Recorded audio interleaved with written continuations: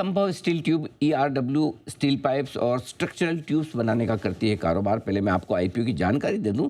77 रुपये से 82 रुपये कंपनी का इशू का प्राइस बैंड रखा गया। आज खुला है इशू, 27 जून तक खुला रहेगा और 540 करोड़ रुपए की इशू साइज, जिसमें से 440 करोड़ रुपए का फ्रेश इशू है। ये पैसे कंपनी के पास जाएंगे। 100 करोड़ का ऑफर फॉर सेल है, जिसमें एग्जिस्टिंग इन्वेस्टर्स जो हैं वो कुछ बिकवाली कर रहे हैं। 2416 करोड़ का मार्केट कैप होता है ऊपरी बैंड पर। दो खास मेहमान हमारे साथ हैं हमारे स्टूडियो में इस वक्त, सुरेश गोयल साहब और विकास गोयल साहब। सुरेश गोयल साहब कंपनी के चेयरमैन हैं और मार्च 2004 से आप कंपनी के बोर्ड पर हैं। स्टील मैन्युफैक्चरिंग इंडस्ट्री का सुरेश गोयल साहब को 20 साल से ज़्यादा लंबा गहरा अनुभव है। सर बहुत बहुत स्वागत है आपका। विकास गोयल साहब भी हमारे साथ, जो कंपनी के MD और CEO दोनों ही हैं और शुरुआत से कंपनी के बोर्ड पर हैं। स्टील मैन्युफैक्चरिंग इंडस्ट्री का आपको भी करीबन 19-20 साल का एक्सपीरियंस है, लगभग बराबरी का एक्सपीरियंस आप दोनों का है। आप दोनों का बहुत बहुत स्वागत है। तो सुरेश जी, आपके साथ शुरुआत करते हैं। मैं गोयल साहब बोलूँगा तो दोनों में आपको कौन से वाले गोयल साहब तो नाम से बुलाना पड़ेगा। सर पहले तो ज़रा समझाएं आपकी कंपनी का क्या बिजनेस मॉडल है, एग्जैक्टली क्या कारोबार करती है। पहले तो मैं धन्यवाद करता हूँ अनिल जी आपका बहुत बहुत।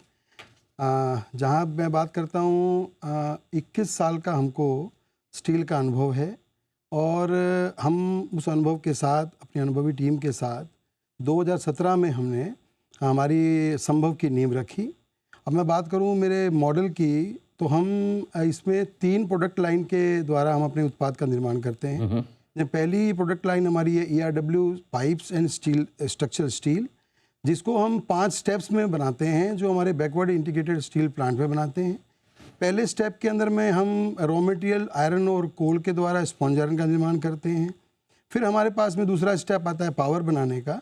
वो पावर के लिए भी हम जो हमारे स्पॉन्ज आयरन की हीट वेस्ट जो हीट होती है वो और बाय प्रोडक्ट का यूज़ करते हुए हम पावर बनाते हैं। इसको हमारी फ्यूल की कॉस्ट हमारी नहीं आती है। तीसरा स्टेप जो है वो हम उस पावर का यूज़ करते हुए और स्पॉन्ज आयरन जो हमने बनाया उसका यूज़ करते हुए हम स्टील मेल्टिंग करते हैं।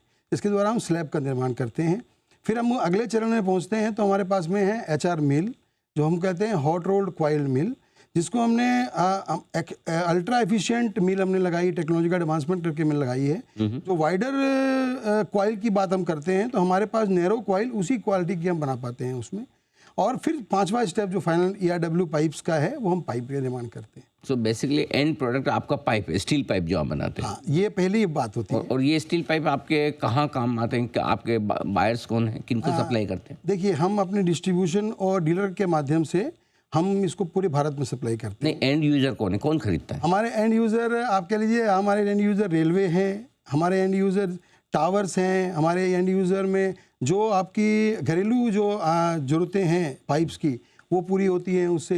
इंफ्रास्ट्रक्चर के अंदर में बहुत बड़ी मात्रा में लगता है, टावर्स में लगता है, इलेक्ट्रिकल सप्लाई में लगता है, छोटे से लेके बड़े हर तरह के पाइप बनते जी बेसिकली। ओके, तो पाइप बनाने का बिजनेस है। अब विकास जी, वैसे तो पाइप के बिजनेस में बहुत सारी कंपनियां वैसे भी है, लिस्टेड भी बहुत सारी है।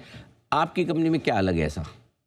देखिए, हमने एक नया टेक, भैया जैसे सुरेश जी ने बताया कि हमने एक नया टेक्निकल एडवांसमेंट किया है। ओके, जिसमें हम हमारी ही HR कॉइल से पाइप बना रहे हैं।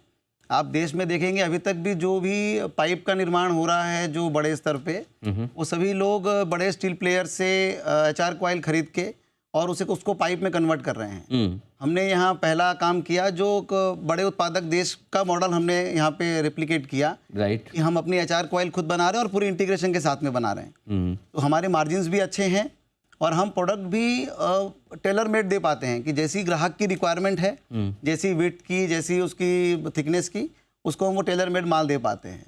जैसे बात करें हम सप्लाई की, तो हमारी सप्लाई, जैसे हमने जामनगर रिफाइनरी में माल दिया, हम सारे एयरपोर्ट्स में माल दे रहे हैं, जेवर एयरपोर्ट में, नवी मुंबई एयरपोर्ट में। तो मैं कहूँ जहाँ पाइप की आवश्यकता है आज, ट्रक बिल्डिंग में, ट्रैक्टर मैन्युफैक्चरिंग में, करेक्ट, मतलब तो हर जगह हम अपना माल सप्लाई कर पा रहे हैं। ठीक बात है। तो एक तो आपका चूँकि बैकवर्ड इंटीग्रेशन, इसलिए आपके मार्जिन में पूछने वाला था कि इंडस्ट्री में आपके मार्जिन हायर साइड में, तो उसके कारण भी आपने बताया। अब जरा सुरेश जी इसके बारे में बताएं कि आपके इशू के बारे में। 440 करोड़ रुपए तो फ्रेश इशू है जो कंपनी को पैसे जाएंगे जी। इसका इस्तेमाल कैसे होने वाला है? और 100 करोड़ जो ऑफर फॉर सेल है उसमें से कौन से इन्वेस्टर्स बेच रहे हैं, क्यों? जी, हम इसमें 390 करोड़ रुपए हमारे डेट को पे करने में देंगे। 390 50 करोड़ रुपए हम कॉर्पोरेट फंड में देंगे ठीक है। और 100 करोड़ रुपए जो है हम ऑफर फॉर सेल है। उसके बारे में विकास जी। वो हमारी फैमिली का ही हमने सेल किया एक्चुअली। ओके। वो एक साइज को ठीक करने के लिए जब हम बैंकर से मिले तो उन्होंने कहा छोटा इशू हम नहीं ला सकते। ओके। हमारा डेट साइज थोड़ा कम था और हमारा इशू था कि हम डेट रिपेमेंट करें अभी, तो वो 500 करोड़ से ऊपर करने के लिए कहीं ना कहीं ये ठीक बात है, बिल्कुल साइज वो एक रीजनेबल रखनी चाहिए। अच्छा, तो विकास जी फिर ये बताएं कि 390 करोड़ का जो डेट आप कम करेंगे तो दो चीज़ें इसमें, एक तो उसके बाद कितना डेट रह जाएगा कंपनी पर, और दूसरा ये कि कितनी सेविंग होगी आपको डेट रिपेमेंट करने से, कितना ब्याज बचेगा आपका? सर जैसे अगर हमारा कॉस्ट देखेंगे तो 2024 में हमारी 32 करोड़ की इंटरेस्ट कॉस्ट थी और लगभग वही अगले 9 महीने की थी, क्योंकि हमारा जो मेजर कैपेक्स हमने किया, जो 2 नए प्रोडक्ट हमने चालू किए, stainless steel and pre galvanized pipe, वो पिछले 9 महीनों में ही चालू किए, मतलब दिसंबर 31 मार्च की बैलेंस शीट पे। करेक्ट। तो मुझे लगता है कि लगभग इसका 90% हिस्सा जो इंटरेस्ट का है, टर्म लोन तो हम पूरा ही, लॉन्ग टर्म लोन तो पूरा ही हम नील कर देंगे और वर्किंग कैपिटल लोन भी हमारा काफ़ी कम हो जाएगा इससे। ओके, तो उसके बाद डेट बहुत कंफर्टेबल हो वर्चुअली डेट फ्री हो जाएंगे हम। जी। विकास जी फिर ये बताएं कि माफ़ कीजिए सुरेश जी, ये बताएं कि अभी आपकी कंपनी कितनी कैपेसिटी पे काम कर रही है, कैपेसिटी यूटिलाइजेशन कितना है, और क्या नया और एक्सपेंशन का आपका प्लान है, कुछ और नई कैपेसिटी आ रही है? जी अनिल जी, मैं इसमें बताना चाहूँगा कि हम आज ERW पाइप एंड स्ट्रक्चर जो स्टील है वो 3.5 लाख टन बना रहे हैं। 3.5 लाख टन की हमारी कैपेसिटी है। ओके। और हमारे पास में 1 lakh ton pre galvanized pipe हम की कैपेसिटी है और 60,000 टन हमारे पास में कॉयल की कैपेसिटी है प्री गैल्वेनाइज्ड। और हमारा जो तीसरा प्रोडक्ट मैं आपसे बताना चाहूँगा कि स्टेनलेस स्टील है, जिसके अंदर में हमारे पास 60,000 की कैपेसिटी है और हम अभी 74% के आसपास हमारे अचीव कर रहे हैं ओके। प्रोडक्शन को। तो ये और बढ़ सकता है या ऑप्टिमम लेवल पे ही चल रहा है, मतलब ये ठीक है एकदम? ये हम को प्रयास करते हैं, हमारे पास में जो हम हरदम प्रयास करते हैं कि बढ़े ये, और हम आगे इसमें कोशिश लगातार कर रहे हैं। तो चलिए, अब आगे ग्रोथ कैसे आएगी? क्या कुछ नई कैपेसिटी आ रही है आपकी जिससे आपकी सेल्स ग्रोथ बढ़ेगी? कैसे बढ़ेगी फिर? जी अनिल जी, इसमें मुझे बताते हुए हर्ष हो रहा है कि हम अपने मार्केट का ध्यान रखते हुए हम अपनी यूनिट 3 हम लगाने जा रहे हैं। ओके। इसमें हम 1.2 मिलियन टन का एक प्लांट लगा रहे हैं और वो 3 चरणों में लगाएंगे। और पहला चरण जो है उसके अंदर में हम वो दिसंबर 2026 तक पूरा कर लेंगे और हमारा प्रोडक्शन हम कमीशन कर लेंगे। उसके अंदर में हम 1,80,000 टन ERW पाइप और 1,80,000 टन स्टेनलेस स्टील कॉइल्स को ऐड करेंगे और वो हमारे SKUs को भी ऐड करेगी। जो हम 600 प्लस SKU आज कर रहे हैं, बाद में हम हमारी थोड़ी और विड्थ बढ़ जाएगी तो हम ज़्यादा SKUs को हमारे यहाँ पे हम डेवलप बना पाएंगे। तो विकास ये बताएंगे, ये नई कैपेसिटी आपकी कब तक पूरी हो जाएगी और अभी से कितनी % आपकी कैपेसिटी बढ़ जाएगी? जैसे अभी आपका जो सेल्स है करीबन मुझे दिख रहा है 1355 करोड़ का है पिछले साल का, करेक्ट? नई कैपेसिटी आने के बाद कितना हो सकता है ये?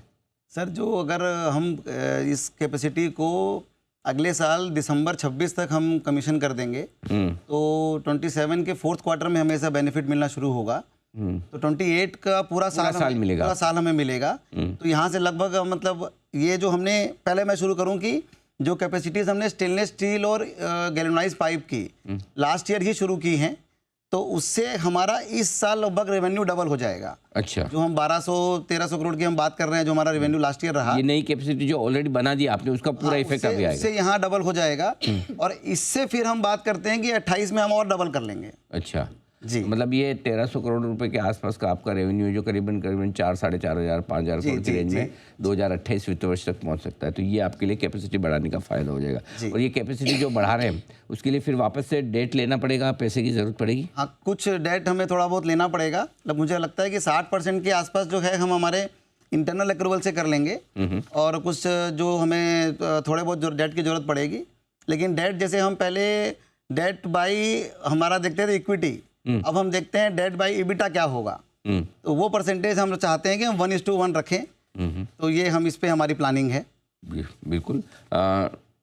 सुरेश जी और विकास जी, आप दोनों का बहुत बहुत धन्यवाद। आपने विस्तार से अपनी कंपनी के IPO और कामकाज के बारे में और आगे के प्लान्स के बारे में जानकारी दी। Thank you so much sir. आज से आपका IPO खुला है।